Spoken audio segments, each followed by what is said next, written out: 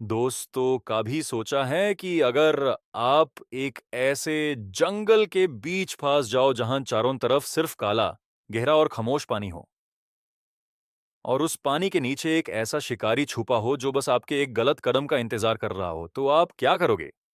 आज की कहानी सिर्फ एक हॉरर थ्रिलर नहीं है, बल्कि सर्वाइवल की एक ऐसी टेरिफाइंग जर्नी है जो आपको लास्ट सेकंड तक टेंशन में रखेगी। ये कहानी है ब्लैक वाटर की, जहां नेचर के सामने इंसान कितना छोटा और मजबूर होता है। ये ह्यूम हर सीन में महसूस होता है। कहानी की शुरुआत होती है ग्रे से, जो काफी टाइम बाद अपनी सिस्टर ली और उसके हस्बैंड आदम से मिलने आती है। सब कुछ बिल्कुल नॉर्मल और खुशनुमा लग रहा पूरा होता है। फैमिली के बीच हंसी मजाक चल रहा होता है और हर तरफ एक पीसफुल एटमॉस्फेयर होता है। ली प्रेग्नेंट होती है और नेचुरली थोड़ी इमोशनल और केयरफुल रहती है, जबकि एडम एडवेंचरस नेचर का होता है। एडम चाहता है कि यह फैमिली ट्रिप यादगार बने, इसलिए वो एक फिशिंग एडवेंचर का प्लान बनाता है। ग्रेस को आइडिया उतना पसंद नहीं आता और ली भी थोड़ी हेजिटेंट होती है, लेकिन एडम के एक्साइटमेंट को देखकर दोनों मान जाती हैं। अगली सुबह तीनों एक लोकल गाइड जिम से मिलते हैं। जिम काफी एक्सपीरियंस्ड लगता है और उसका कॉन्फिडेंस देखकर सबको लगता है कि सब सेफ होगा। वो उन्हें एक छोटी सी बोट में बिठाकर मैंग्रोव स्वैम्प की तरफ ले जाता है। शुरू में सब कुछ खूबसूरत लगता है।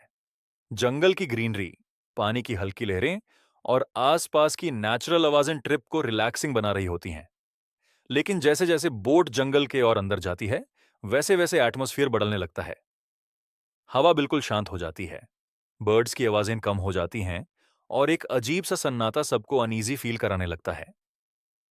ग्रेस बार बार नोटिस करती है कि जिम पानी को ध्यान से देख रहा है, जैसे उसे किसी चीज का डर हो। आडम कैजुअली उससे पूछता है कि सब ठीक है ना, और जिम मुस्कुरा कर कहता है कि सब नॉर्मल है। लेकिन उसकी आंखों की टेंशन कुछ और ही कहानी सुना रही होती है। ग्रेस को भी लगने लगता है कि जैसे कोई उन्हें देख रहा हो। वो पानी के सरफेस पर हल्की मूवमेंट नोटिस करती है, लेकिन कुछ क्लियर समझ नहीं आता। आदम उसका मजाक उड़ा देता है और सब हंसी में बात को टाल देते हैं। फिर अचानक सब कुछ बदल जाता है। बोट को नीचे से इतना पावरफुल झटका लगता है कि सब लोग हिल जाते हैं। किसी को समझने का मौका भी निगुद नहीं मिलता और अगले ही सेकंड पानी के अंदर से एक गिगैंटिक क्रोकोडाइल सीधा बाहर निकालता है। वो इतनी स्पीड से जिम पर अटैक करता है कि किसी को रिएक्ट करने का चांस तक नहीं मिलता। जिम की चीख हवा में गूंजती है और क्रोकोडाइल यूज पानी के अंदर खींच लेता है। बोट उलट जाती है और ग्रेस, ली और एडम पानी में गिर जाते हैं। पैनिक के उस मोमेंट में एडम जोर से चिल्लाता है कि पास के ट्री पर चढ़ो। तीनों जान बचाने के लिए पूरी ताकत लगाकर ट्री पर चढ़ जाते हैं। नीचे पानी फिर से शांत हो जाता है, जैसे कुछ हुआ ही ना हो। बस पानी में हल्का लाल रंग फैल रहा होता है, जो जिम के खत्म होने का सबूत होता है। सब शौक में जम जाते हैं। उन्हें समझ आ जाता है कि वो जंगल के बीच एक पेड़ पर फंस चुके हैं और नीचे मौत उनका इंतजार कर रही है। ली पैनिक में तूतने लगती है। यूज अपने बी बेबी की फिक्र सताने लगती है। ग्रेस उसे संभालने की कोशिश करती है, जबकि आदम खुद अंदर से दारा हुआ होने के बावजूद स्ट्रांग बनने की एक्टिंग करता है। धीरे धीरे अंधेरा छाने लगता है। जंगल रात में और भी ज्यादा टेरिफाइंग लगता है। हर छोटी सी आवाज दिल की धड़कन बढ़ा देती है। किसी ब्रांच का टूटना, पानी की हल्की मूवमेंट या हवा की सरसराहट भी उन्हें लगती है जैसे क्रोकोडाइल अटैक करने आ रहा हो। एडम डिसाइड करता है कि अगर वो कुछ नहीं करेगा तो सब मर जाएंगे। वो बोट तक स्विम करके हेल्प लेने का प्लान बनाता है।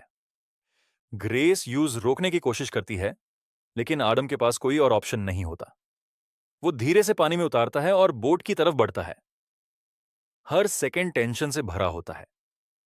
पानी बिल्कुल शांत होता है और ये खामोशी और भी डेंजरस लगती है।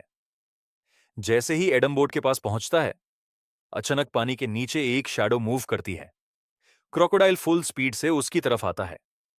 एडम मुश्किल से बचकर ट्री तक वापस पहुंचता है, लेकिन बुरी तरह इंजर्ड हो चुका होता है। अब सिचुएशन और होपलेस लगने लगती है। रात भर तीनों ट्री पर बैठे रहते हैं। मच्छर उन्हें काट रहे होते हैं, बॉडी नम हो रही हो, गिल्ट में डूब जाता है क्योंकि ये ट्रिप उसकी जीड की वजह से हुआ था। सुबह होने पर वो एक और ट्राई करने का डिसीजन लेता है।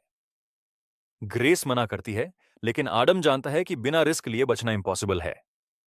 वो फिर पानी में उतरता है और इस बार बोट तक पहुंच भी जाता है। एक पल के लिए लगता है कि शायद वो सक्सेसफुल हो जाएगा, लेकिन अगले ही सेकंड क्रोकोडाइल पानी को चीर कर बाहर निकलता है और एडम पर टूट पड़ता है। एडम पूरी ताकत से फाइट करता है, लेकिन क्रोकोडाइल कहीं ज्यादा पावरफुल होता है। वो एडम को पानी के नीचे खींच लेता है। ग्रेस और ली की चीखें जंगल में गूंजती रह जाती हैं और एडम हमेशा के लिए खत्म हो जाता है। अब सिर्फ दोनों सिस्टर्स बची होती हैं। ली पूरी तरह टूट चुकी होती है, लेकिन ग्रेस के अंदर कुछ बदल चुका होता है। यूज समझ आ जाता है कि अगर सरवाइव करना है तो दार को खत्म करना पड़ेगा। वो ट्री की एक शार्प ब्रांच तोड़कर वेपन बनाती है और क्रोकोडाइल का सामना करने का प्लान बनाती है। ली उसे रोकने की कोशिश करती है, लेकिन ग्रेस कहती है कि वेट करने का मतलब सिर्फ मौत का इंतजार करना है। ग्रेस खुद को बैट बनाकर नीचे उतरती है। क्रोकोडाइल तुरंत रिएक्ट करता है और फुल स्पीड से अटैक करता है। लास्ट सेकंड पर ग्रेस ब्रांच उसकी आंख में घुसा देती है। क्रोकोडाइल दार्ड से वायलेंटली थ्रैश करता है और पानी में तड़पने लगता है। ग्रेस मुश्किल से बैलेंस बनाए रखती है, लेकिन बच जाती है। ये उनका इकलौता चांस होता है।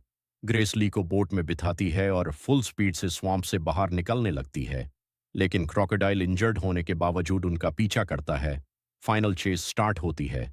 बोट पूरी तरह हिल रही होती है, लीदार के मारे रो रही होती है और ग्रेस पूरी ताकत से बोट चला रही होती है। जैसे ही क्रोकोडाइल बोट के बिल्कुल पास आता है, ग्रेस एक फाइनल अटैक करती है और उसकी इंजर्ड आंख पर जोर से वार करती है। क्रोकोडाइल पीछे हट जाता है। बोट फाइनली ओपन वाटर तक पहुंच जाती है। दोनों सिस्टर्स बच जाती हैं। मूवी के एंड में हमें समझ आता है कि नेचर के सामने इंसान कितना छोटा है। सर्वाइवल